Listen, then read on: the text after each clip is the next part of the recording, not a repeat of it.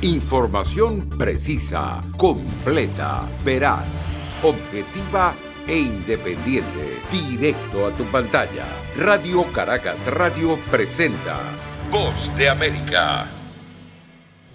Bienvenidos a esta edición especial de Lo Mejor de Foro. Desde Washington, les saluda Gonzalo Abarca.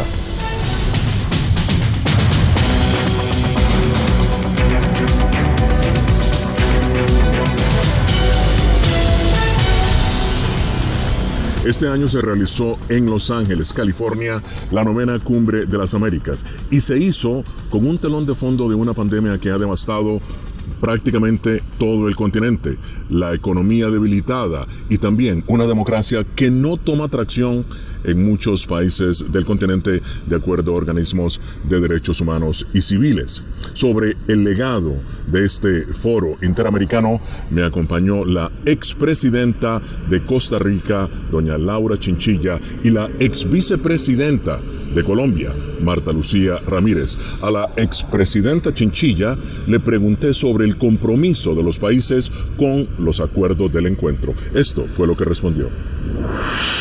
Falta un poco más de voluntad política para poder pensar en plataformas regionales. Lo pongo en estos términos.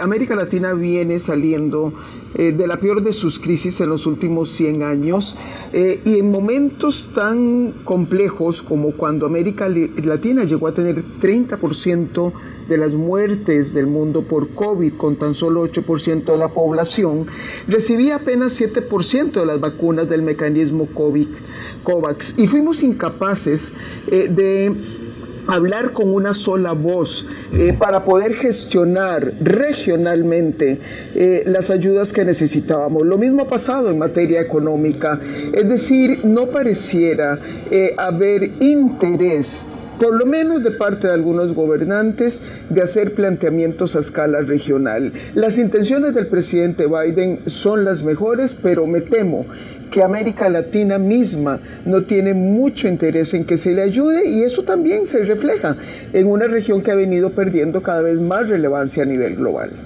Ahora, señora vicepresidenta Ramírez, ¿cuál fue el compromiso que sobre la migración venezolana logró su país con Estados Unidos en esta cumbre? ¿Cómo contener al menos lo que las instituciones de derechos humanos llaman la peor crisis humanitaria del continente?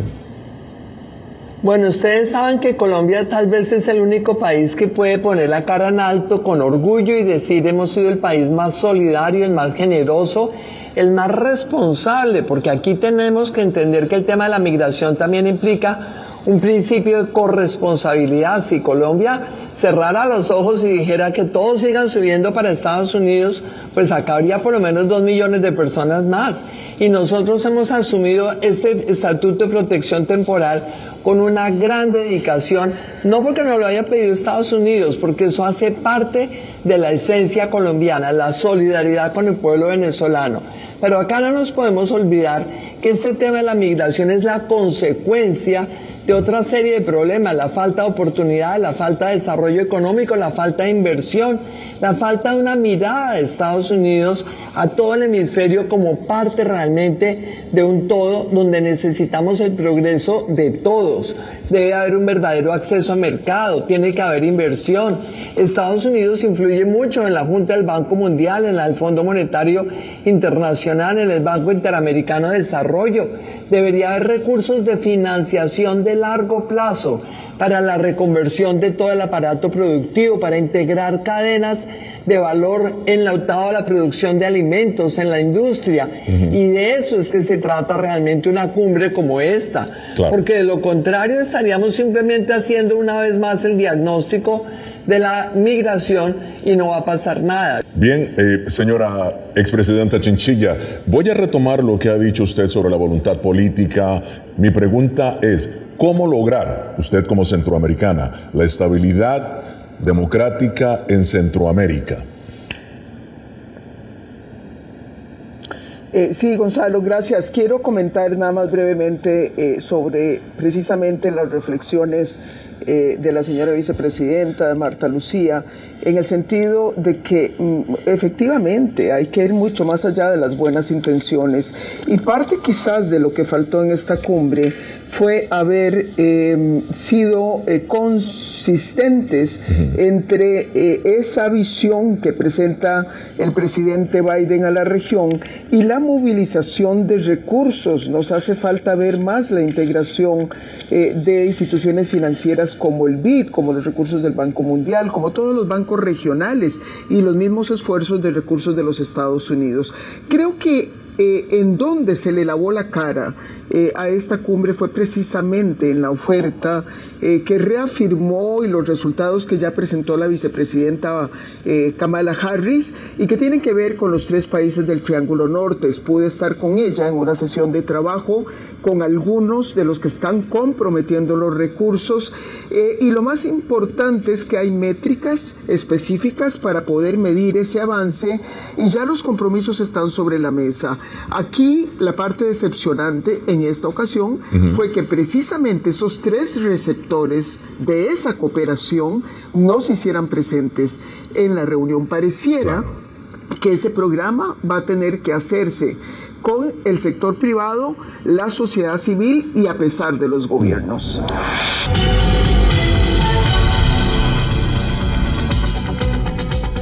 Estados Unidos continúa dividido sobre el tema del aborto. En junio de este año, la Corte Suprema de Justicia revocó el fallo Roe vs. Wade, que establecía el derecho constitucional al aborto y que data de 1973. Para conocer el pro y el contra de esta decisión, me acompañó la doctora María Herrera Mellado, experta conservadora, y también la doctora Paula Ávila Guillén, presidenta del Women's Equality Center. Les pregunté sobre el legado de Roe vs. Wade. Mira, el legado, y yo siempre he dicho, Roe fue el piso. Y parte, creo que de la razón por la cual hoy no existe es porque nunca luchamos para que se ratificara y fuera un poquito más allá. Pero el legado era que protegía que las decisiones que se tomaran en la esfera privada fueran algo que no le pertenecía a los estados, que le pertenecía a la persona que está afectada. Y la razón de hacer esto es porque en los países, y me alegra que hablemos de Guatemala y quisiera que habláramos de El Salvador y de Nicaragua y de Honduras, que son los países que criminalizan el aborto completamente o muy parecido a cómo va a pasar en los estados, y es que las políticas de criminalización nunca reducen los números de abortos. La persona y la mujer que va a abortar lo va a hacer independiente del estatus legal. Lo que cambia es cómo aborta. Si lo hace en situaciones de salubridad, si los hace en situaciones de higiene, si tiene el privilegio de viajar a otros lugares o si lo va a tener que hacer en situaciones que no son seguras. Todos los países que tienen criminalización absoluta del aborto tienen problemas de mortalidad materna muy altos, tienen problemas de criminalización de mujeres que incluso tienen pérdidas naturales de los embarazos y que no pueden probar en ese momento que lo que tuvieron fue una pérdida natural, y se estima aproximadamente que va a subir un 13% la mortalidad materna en los estados que están prohibiendo el aborto en este momento en Estados Unidos para el siguiente año, y después que suba un 24% en esos estados. Ahora, María, voy a retomar lo que está diciendo precisamente Paula. ¿Qué deja, en tu opinión, Roe versus Wade en la sociedad estadounidense? ¿Y por qué está en este momento su derogatoria ha resultado tan polémica? Deja a millones de niños estadounidenses muertos, asesinados por madres y por padres irresponsables, y por legisladores y políticos como Joe Biden y los congresistas y senadores que han apoyado estas políticas de infanticidio. Por otra parte, deja un legado que dañó durante muchos años y que ensució la Constitución de los Estados Unidos, que en ningún momento reconoce el derecho al aborto, porque no es un derecho, porque acabar con la vida de un ser no nacido no puede ser nunca un derecho, porque como política pública debemos defender la vida a toda costa, porque la vida sí es un derecho natural, porque la vida sí está reconocida en todas las constituciones del mundo. Veamos, porque yo sé que Paula quiere intervenir ahora, pero primero vamos a ver lo que dijo el expresidente Donald Trump sobre este tema. La Corte entregó una victoria a favor de la Constitución, una victoria a favor de la majestuosidad de la ley, pero sobre todo una victoria a favor de la vida. Bueno, Paula, tu opinión, el expresidente Donald Trump diciendo que ha sido un fallo a favor de la vida. Yo siempre me pregunto cuando escucho ese tipo de circunstancias, ¿qué pasa con la niña de 12 años que ahora va a ser obligada a parir a su hermano? ¿Qué va a pasar con la mujer que tiene un embarazo ectópico y que los médicos no van a saber cómo atenderla porque sencillamente ya han pasado los casos, tienen que llamar primero a sus abogados para saber si legalmente pueden atenderla o no? ¿Qué va a pasar con la madre que tiene un embarazo deseado y va a ser obligada a llevar a término un embarazo que no va a ser viable porque ya se sabe que no va a ser viable? Entonces, yo quiero que nos concentremos muchísimo en pensar cuál es nuestro objetivo. Si nuestro objetivo es reducir los números de abortos, yo estoy de acuerdo con eso. Y existen políticas públicas efectivas para reducir los números de aborto, que incluyen acceso a anticoncepción, acceso a educación sexual, y siempre va a haber casos en los cuales el aborto va a ser necesario. Pero irónicamente, las personas que se oponen al aborto también se oponen a políticas de educación sexual y de anticonceptivos. Eso es precisamente lo que quiero hablar con María ahora. María, acabar con el aborto ha sido, un tema central de la política republicana. Sin embargo, muchos republicanos temen que esta decisión de la Corte les puede perjudicar en este año electoral. No, para nada. Yo creo que es importantísimo que celebremos este hito histórico y que nos unamos más que nunca, porque los republicanos, los conservadores, somos patriotas, somos defensores de la vida, y además, ante el desastre que está llevando a cabo esta administración en política económica, en política exterior, la crisis fronteriza jamás antes vista, y si tanto nos duele y si tanto les duele a las mujeres en este país, debería hacer muchísimo más, sin embargo no lo hace.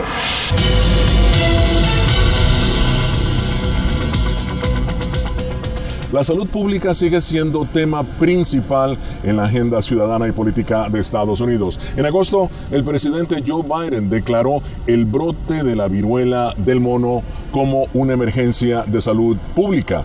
Para analizar el tema, me acompañó el doctor Fabián Sandoval, presidente del Instituto Emerson para Investigación Clínica, y el doctor René Nájera, epidemiólogo, profesor de la Universidad Johns Hopkins. Le pregunté al doctor Nájera si estábamos ante una nueva pandemia. Esto fue lo que respondió. Mira, la definición tradicional de una pandemia es una epidemia que ocurre en 3 o más continentes. Entonces creo que ya llegamos a esa definición. Europa, Norteamérica y Sudamérica, o si consideras América como un solo continente, pues sí. Que vamos a ver más casos, claro, los vamos a ver porque nos falta vacuna, porque se ha incrementado el número de pruebas disponibles, entonces más gente está haciendo la prueba, y como lo vimos con el COVID, más gente va a ser diagnosticada y va a continuar el contagio. Entonces sí, esto se va a convertir en un problema aún mayor. Depende de nosotros y las precauciones que tomemos como el público y las autoridades de salud pública lo que hagan, de qué tan peor se pueda convertir todo esto. Ahora, doctor Sandoval, ¿cómo sabe la persona si está contagiado de la viruela del mono, no del COVID-19? Muy buena pregunta, Gonzalo. No se sabe inmediatamente porque los síntomas son muy parecidos. Es la fiebre, el cansancio, un poquito de inflamación de los ganglios, dolor de cuerpo, pero van a empezar a ver ese sarpullido. Y cuando ven ese sarpullido, vamos a empezar a ver eso. Ahora, muchos casos de esta cepa nueva no empiezan con los síntomas tradicionales de la fiebre, sino directamente con el sarpullido. Y ahí es que sabemos que estamos frente a este virus. Ok. Ahora, doctor Nájera, ¿qué debe hacer una persona si presenta los síntomas de la viruela del mono? Número 1, contactar a su médico, inmediatamente hacer una cita para la consulta médica. Número 2, aislarse en la casa, como lo aprendimos con el COVID, alejarse de los demás. Número 3, pues en caso de que alguien más en la casa sea contacto de ellos, íntimo, próximo, por mucho tiempo prolongado, pues también que esa persona haga la consulta médica, porque también pues puede haber sido infectada y va a necesitar el tratamiento. Y también pues la gente que está de alto riesgo de ser contagiada, gente que conoce a gente con esta infección y ha tenido contacto íntimo prolongado y cerca con ellos, pues también considerar tomar la vacuna. Ahora, doctor Sandoval, la pregunta aquí ¿es la viruela del mono mortal? Si alguien está contagiado de la viruela, ¿es prácticamente una enfermedad mortal o todo lo contrario? No es mortal. Y lo interesante es que hay dos cepas, la cepa del Congo y la cepa del oeste. La cepa del Congo tiene un 11% de mortalidad. La que estamos viendo en el lado oeste, que es la que estamos aquí, es 1% de mortalidad. O sea, no fallecen, pero sí hay que manejar los síntomas muy cuidadosamente, porque ¿qué ocurre, Gonzalo? Si empezamos con tantos pacientes, se nos acaban los recursos y ahí es el problema. Con la escasez de recursos. Muy bien. Ahora, doctor Nájera, es común, se está hablando y lo hablamos en un principio, ahora quiero la opinión del doctor Nájera, se habla de que la comunidad homosexual tiende a reportar más casos de viruela del mono. ¿Por qué? Mira, siempre en la epidemiología, en el estudio de las enfermedades, la señal nos llega con la gente que está en más alto riesgo. Siempre hablamos de los niveles de riesgo, de alto a mínimo. Nadie tiene cero riesgo, todos nos podemos infectar de esta fiebre. Pero la gente con el más alto riesgo son los que vemos primero. Cuando hay un brote de enfermedad causada por una medicina o una comida, la gente que más come esa comida o toma esa medicina es quien vemos primero. No quiere decir que el resto de nosotros estemos inmunes. Entonces, en este caso se dio que la comunidad de hombres que tienen sexo con otros hombres fueron los que tienen el más alto riesgo y somos los que están siendo contados con más altos números por el momento. Ya vimos que hay niños que han sido infectados, ya vemos que hay gente heterosexual que tuvo contacto con otras personas. Entonces vamos a ver más de esas personas a cómo se expande la epidemia.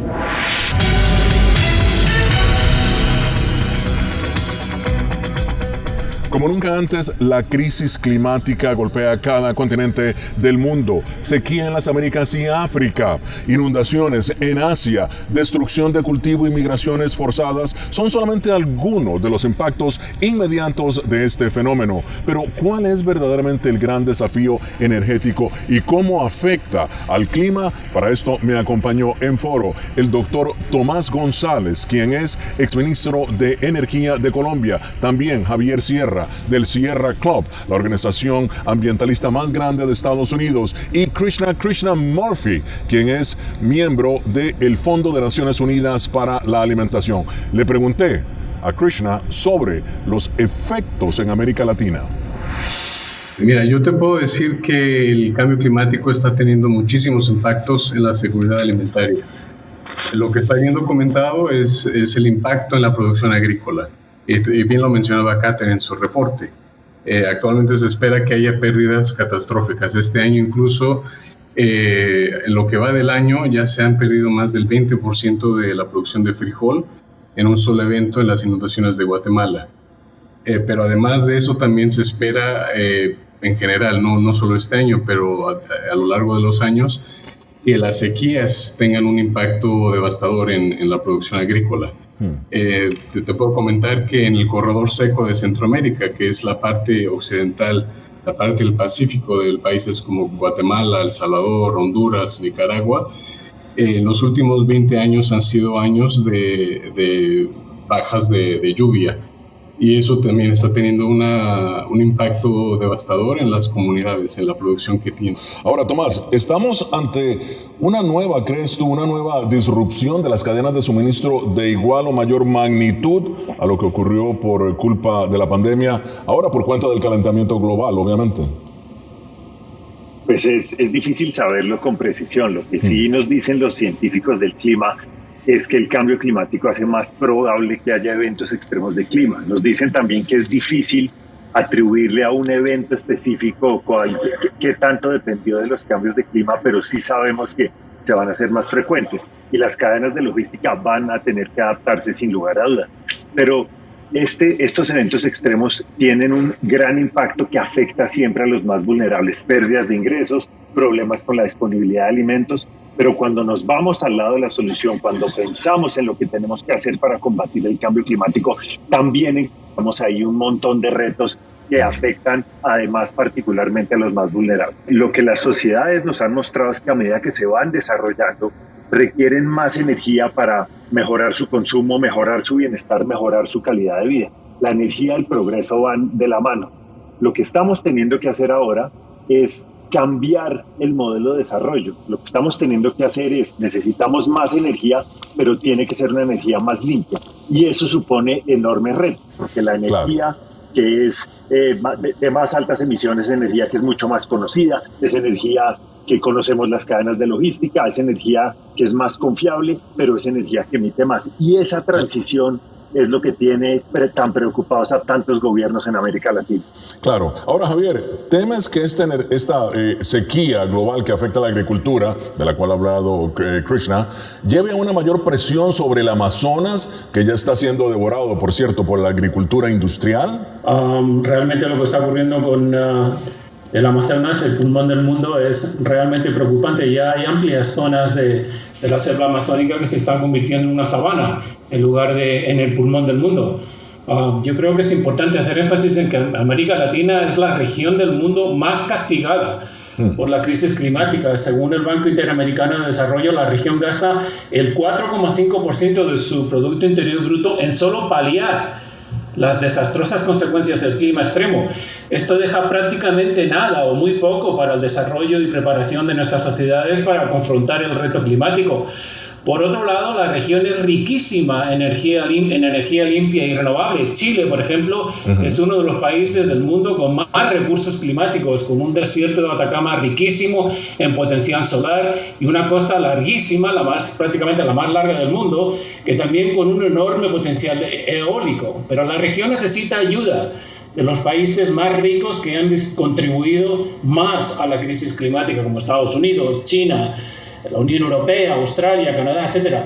La cumbre climática de 2015 se comprometió a invertir $100.000 millones para que países emergentes se hagan más resilientes climáticamente y para dar el salto a una economía de energía limpia y renovable. Pero hasta el momento, estos solo han sido promesas huecas. Imagínate. Ahora, Tomás, vamos a retomar lo que has dicho. Los gobiernos están contemplando extender la vida útil de sus plantas, imagínate, de energía nuclear para no quedarse sin electricidad. Ahora, ¿esta es una alternativa recomendable en tu opinión? Rápidamente. Por supuesto, por supuesto. Mira, ¿qué nos ha mostrado la crisis de Ucrania y Rusia? Lo que nos ha mostrado esa crisis es que necesitamos pensar también en la confiabilidad y en la seguridad del abastecimiento. La energía nuclear tiene la ventaja de que nos da esa confiabilidad, nos da esa seguridad en el abastecimiento y tiene muy bajas emisiones. Entonces, mal haría el mundo en decir, démosle la espalda a la nuclear cuando necesitamos avanzar en ambos frentes, confiabilidad y bajas emisiones. Ahora, Javier, muy rápidamente, se nos acaba este segmento. ¿Qué opinas de lo que dice el doctor González? Porque tú has hablado precisamente de fuentes alternativas y verdes. ¿Tu opinión, Javier? La energía nuclear no es la solución. Construir una central nuclear pues se tarda entre 15 y 20 años, es extremadamente caro, extremadamente peligroso también. No tenemos este tiempo. La solución está en la energía limpia, la energía eólica, la energía solar, la energía de las corrientes marinas, de la geotermia, etcétera. En este sentido, la tecnología está avanzando a pasos agigantados. Ahora mismo la energía más barata del mundo con mucho es la energía solar. Hay un complejo solar en el Oriente Medio ahora mismo que está generando 1 kilovatio hora por solamente $1.50. En Estados Unidos el consumidor promedio paga 10 veces más por la misma cantidad de energía. Las soluciones ya están aquí. Lo que no podemos es seguir con la misma historia de combustibles sucios y peligrosos. Llegamos así al final de esta edición especial de Lo Mejor de Foro. Desde Washington les habló Gonzalo Abarca. Los invito a que continúen viendo Foro la próxima semana con el análisis más allá de los titulares. Hasta pronto. Información precisa, completa, veraz, objetiva e independiente. Directo a tu pantalla. Voz de América en RCR 750.